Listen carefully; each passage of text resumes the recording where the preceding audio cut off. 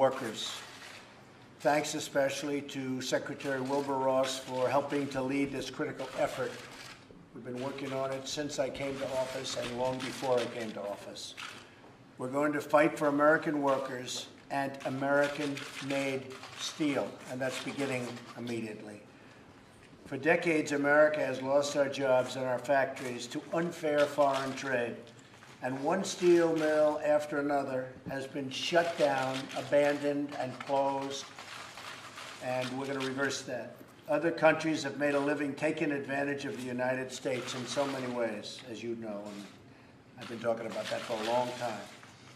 As I traveled the country, I saw the shuttered factories and the shuttered dreams, and I pledged that I would take action. I think it's probably one of the primary reasons I'm sitting here today as president. And since the day I entered office, I have followed through on that pledge, big league, beginning with our withdrawal from the Trans-Pacific Partnership, which would have been a catastrophe for our businesses and for our workers. I'm very proud of that withdrawal. Some people say, oh, gee, I wish you didn't do that. But the smart people say, thank you, thank you, thank you. That would have been another NAFTA disaster. And NAFTA, believe me, was a disaster and continues to be a disaster for our country. On Tuesday, I signed an order to enforce the Buy American laws and stop foreign countries from stealing contracts from American companies and essentially from American workers. Today, I'm directing the Department of Commerce to immediately prioritize the investigation. It began yesterday and really long before that, because Wilbur and I have been working on this for a long time, into foreign steel arriving into our markets, and to submit a report on the effects of these foreign steel products on the national security of the United States. It's not just the pricing, it's not just employment, it also has to do with the national security of our country, which people never talk about. I talk about it. Maintaining the production of American steel is extremely important to our national security and our defense industrial base. Steel is critical to both our economy and our military. This is not an area where we can afford to become dependent on foreign countries. We have product where we actually need foreign countries to be nice to us in order to fight for our people. And that's not going to happen any longer, believe me, especially as it comes to steel. This investigation will look at how steel imports are impacting United States national security, taking into account foreign practices such as steel dumping. Dumping is a tremendous problem in this country. They're dumping vast amounts of steel in our country, and they're really hurting not only our country, but our companies. Their targeting of American industry and other foreign strategies designed to undermine American industry as a whole. Based on the findings of this report, Secretary Wilbur Ross will make formal recommendations to the White House in a very, very near future. We'll be back very soon with those recommendations that we will implement. From now on, we're going to stand up for American jobs, workers, their security, and for American steel companies and companies generally. Today's action is the next vital step toward making America strong and prosperous once again. And I want to just add, I wasn't going to do this, but I was in Wisconsin the other day, and I want to end and add by saying that Canada, what they've done to our dairy farm workers is a disgrace. It's a disgrace.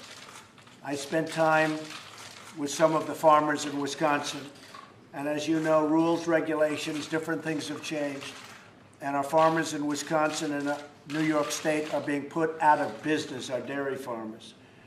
And that also includes what's happening along our northern border states with Canada, having to do with lumber and timber. The fact is, NAFTA, whether it's Mexico or Canada, is a disaster for our country. It's a disaster. It's a trading disaster.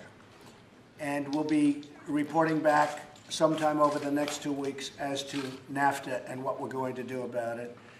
But what happened to our dairy farmers in Wisconsin and New York State, we're not going to let it happen. We can't let Canada or anybody else take advantage and do what they did to our workers and to our farmers. And again, I want to also just mention, included in there is lumber, timber, and energy. So we're going to have to get to the negotiating table with Canada very, very quickly. Again, just to tell you, this is another NAFTA disaster, and we're not going to let it continue onward. I think what I'd like to do is ask a few of the people if they'd like to. These are some of the great steel companies of our country. Now, some of those companies were much bigger years ago. U.S. Steel would be an example, and others would be examples, but they were but these were the greatest companies in the world years ago.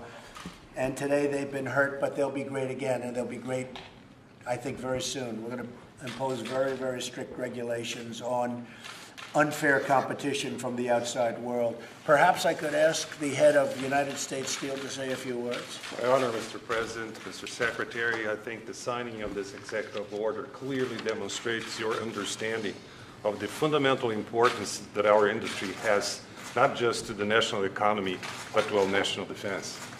Thank you very much. Anybody like to say something on behalf of your company or your workers? I would just like to thank you, Mr. President and Secretary Ross, for this action to protect not only our industries, our employees, but frankly, our country. So thank you for this bold move. Thank you very much. Mr. President, on behalf of the workers in the industry, President of the Steelworkers Union, I have worked a long time with Wilbur, and we've been fighting this unfair trade for more than 30 years.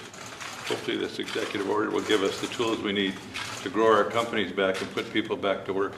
And I've had lots of faith that Secretary Wilbur Ross will help make that happen. I have to say the unions have been working with us very closely, and they've been great. So I appreciate that. Thank you very much.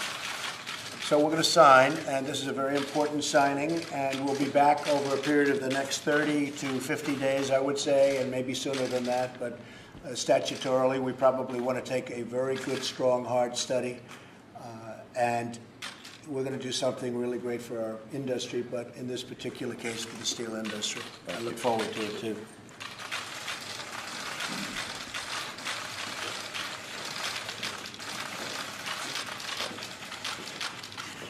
So should I give this pen to labor or to steel? That's the and I'm going to look at it. They're going to be a partnership.